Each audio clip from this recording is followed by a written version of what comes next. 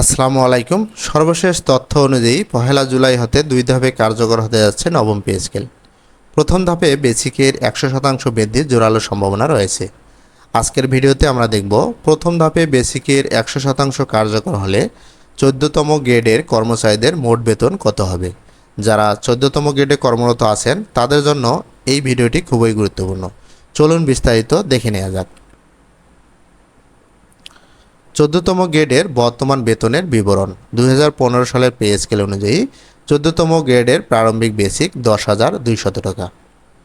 ধরি কোনো এক ব্যক্তি ইনক্রিমেন্ট পাওয়ার পর তার বর্তমান বেসিক দাঁড়িয়েছে 15,880 টাকা।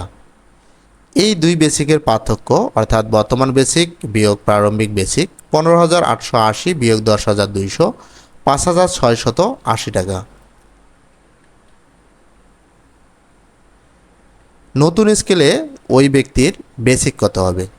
14তম গ্রেডের প্রারম্ভিক বেসিক প্রস্তাবিত পে স্কেল অনুযায়ী 23,500 টাকা। পূর্বের স্কেলের ইনক্রিমেন্ট সমন্বয়ের পর বেসিক হবে 23,500 যোগ পার্থক্য। 23,500 যোগ পার্থক্য একটু আগে বের করলাম 5,680 টাকা। এই দুটি যোগ করলে হয় 29,180 টাকা। এই 29,180 টাকা নতুন স্কেলে ফিক্সেশন করা হবে। তো ফিক্সেশনের ধাপ নির্ণয়ের পর কার্যকর বেসিক দাঁড়াবে 29,993 টাকা। তাহলে ওই ব্যক্তির বর্তমান মোট বেতন কত হবে। বেসিক হবে 29,993। বাড়ি ভাড়া ভাতা হবে পূর্বের স্কেলের অর্থাৎ 15,880 টাকা এর 50% 7,940 টাকা।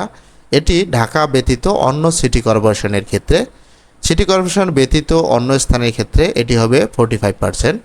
চিকিৎসা ভাতা 1,500 টাকা। তাহলে মোট বেতন দাঁড়ায় বেসিক 29,993, বাড়ি ভাড়া ভাতা 7,940, চিকিৎসা ভাতা 1,500, মোট 39,433 টাকা। এর সঙ্গে যদি আপনার শিক্ষা ভাতা থাকে তাহলে শিক্ষা ভাতা, ধোলাই ভাতা থাকলে ধোলাই ভাতা, যাতায়াত থাকলে যাতায়াত, টিফিন থাকলে টিফিন ভাতা, এই সবগুলো আপনি যোগ করলে আপনি আপনার মোট বেতন কত হয় তা সহজেই বের করতে পারবেন। আশা করি ভিডিওটি বুঝতে পেরেছেন।